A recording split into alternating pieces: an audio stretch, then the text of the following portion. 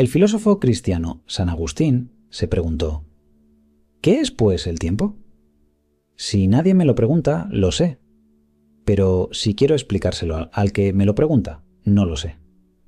Hasta ahora nos hemos ocupado en gran medida de las consecuencias del primer principio fundamental.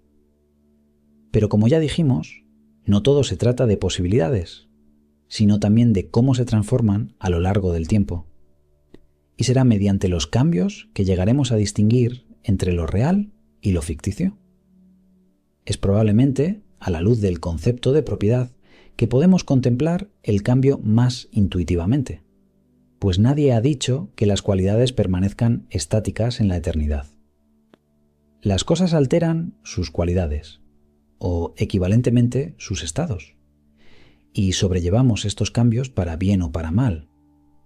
En definitiva, el cambio no es sino una transformación de posibilidades, como ya anticipamos. Todo esto nos invita a definir la noción de evento. Definiremos evento como una posibilidad que se realiza en un determinado tiempo, un cambio. Ejemplo, historia. Una de las más espectaculares y simbólicas manifestaciones del cambio se ha desarrollado a través de las estaciones del año. La ancestral y gloriosa civilización egipcia se desarrolló alrededor de los cambios anuales predecibles del río Nilo. En torno a septiembre, la intensa lluvia en las tierras altas de Etiopía enviaba un intenso torrente de agua que inundaba la ribera del río. Cuando las aguas retrocedían, una capa de limo permanecía dejando un excelente terreno para la siembra. La mayoría de Egipto era un desierto, pero los egipcios explotaron sistemáticamente este evento para sus cosechas. Gracias a su conocimiento y adaptación a los cambios, la civilización egipcia floreció y nos dejó una excepcional herencia cultural que pervive en monumentos como las pirámides de Giza o el templo de Karnak.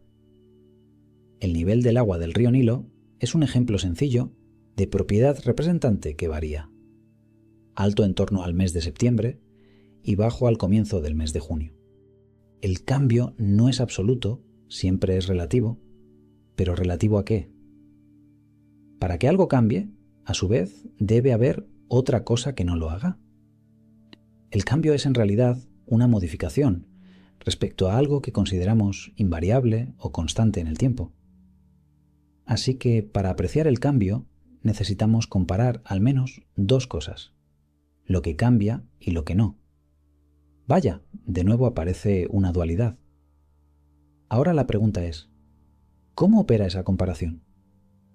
Es tan sencillo como confrontar un objeto contra sí mismo, o mejor dicho, contra una memoria de él e incluso una imaginación futura o alternativa.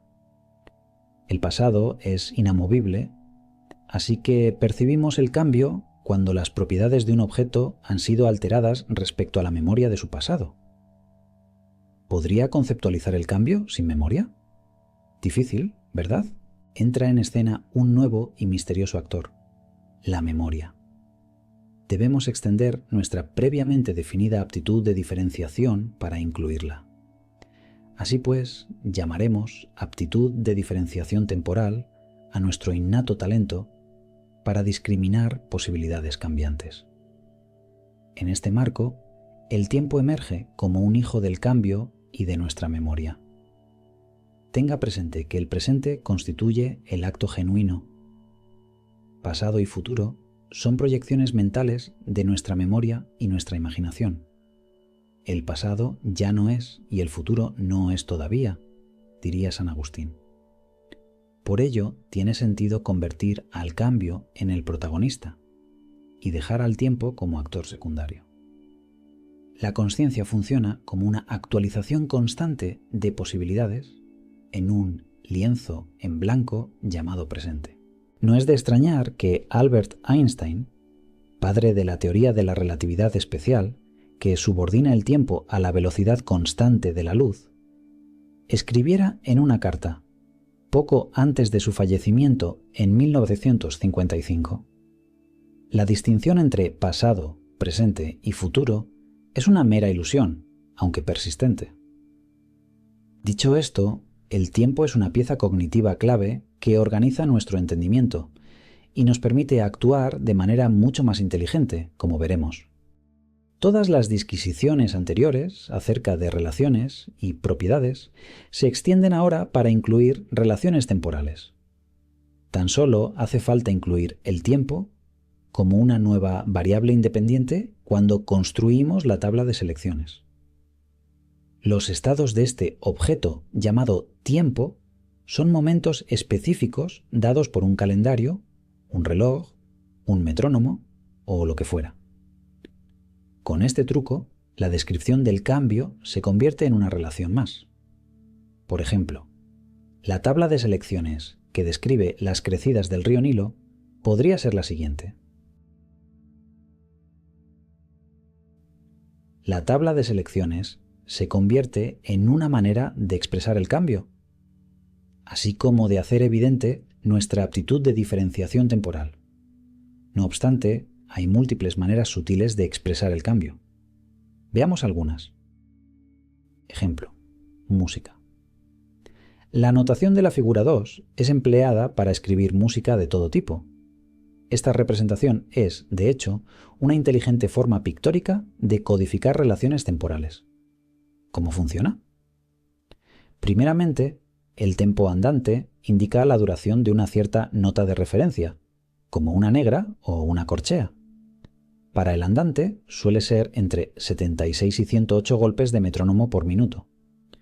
A continuación, la posición de la cabeza de la nota en el pentagrama indica la nota musical a tocar, el sonido. Finalmente, las relaciones temporales se codifican de dos maneras.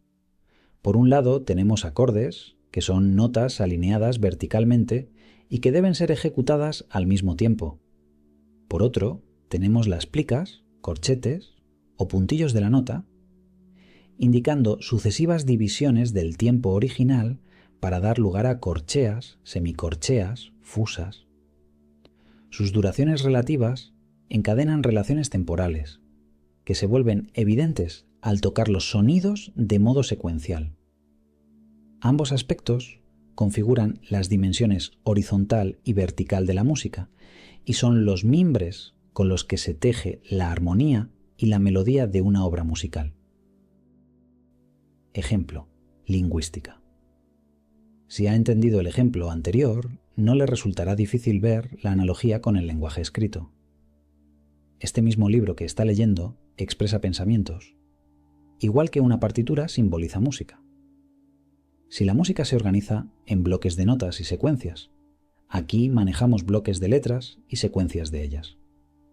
Las letras son como notas, que pueden ser tocadas a la vez para crear palabras a modo de acordes. Por otro lado, las secuencias se indican, en este caso, mediante espacios entre las palabras, que es la forma más elemental de relación temporal. Como ya hemos mencionado, el cambio es relativo. Otra forma de entender esta afirmación es darse cuenta de que, en ocasiones, los eventos se repiten en el tiempo, y el presente imita al pasado en algún sentido. Es más, si aquello que se repite sucede en intervalos de tiempo en sí mismos repetidos, entonces hablamos de un cambio periódico. Este tipo de cambio es omnipresente en nuestras vidas, desde las crecidas estacionales del Nilo, el movimiento de un reloj de péndulo, hasta el incremento de demanda turística en los meses de verano. Cualquier movimiento periódico nos da una referencia constante para medir el tiempo, como el compás de una partitura. Si piensa un poco, nuestro ejemplo musical nos enseña algo interesante. Incluso aunque todo acabe cambiando, no todo cambia a la vez ni a la misma velocidad. Existen diferentes escalas temporales dentro del cambio, cosas que cambian lentamente en contraste con otras que lo hacen con rapidez. O, dicho de otro modo, existen múltiples repeticiones sucediendo a la vez, y no todas duran lo mismo. Incluso aunque el universo viva en un constante cambio, las escalas temporales engañan nuestros sentidos y nos hacen percibir como estáticas cosas que en realidad no lo son. Cuando hablábamos de las crecidas del Nilo, el nivel del agua sería un atributo del río que cambia cada año. Pero existe algo más profundo que se repite incluso aunque el río crezca, que es el río en sí mismo. Cuando usa la misma palabra Nilo para referirse a ambas situaciones de crecidas y bajadas, asume inconscientemente que todos estos cambios no son esenciales al río, sino tan solo circunstanciales. Esto tiene sentido porque la línea del río permanece invariable a pesar de las crecidas y las bajadas del agua. Ahora bien, el curso de los ríos también experimenta cambios debido a la erosión y otros fenómenos geológicos, solo que estos fenómenos acontecen en una escala de tiempo muchísimo mayor que las crecidas, del orden de siglos o miles de años. Los cambios en los ríos, montañas o lagos pueden llegar a ser tan profundos que afecten a las cualidades más fundamentales de estos objetos. En ese caso, hablamos de algo más trascendental, una transformación, la muerte de algo, que al mismo tiempo anuncia el nacimiento de algo nuevo. Muerte y nacimiento son mellizos unidos de la mano a través del cambio. Estas observaciones dan pie a distinguir entre propiedades esenciales y propiedades accidentales. Si descarga una foto o una aplicación en su smartphone, literalmente está cambiando el interior del aparato, pero seguramente no consideraría esto como una transformación esencial. En cambio, si se le cae ese mismo teléfono desde una ventana de un 8º piso, es muy probable que se transforme en algo sustancialmente distinto. No siempre está muy claro dónde reside la línea que delimita lo esencial de lo accidental. Cuando Richard Branson creó la empresa Virgin en 1970, empezó siendo una tienda de discos y hoy es un gigantesco conglomerado de empresas que van desde la aviación hasta el servicio de Internet. Que la empresa se siga llamando Virgin parece más bien anecdótico. Cada persona es bastante diferente a su yo de bebé, y aún así se sigue considerando la misma persona en algún sentido. Todo esto nos lleva a preguntarnos, ¿qué significa distinguir lo esencial de algo?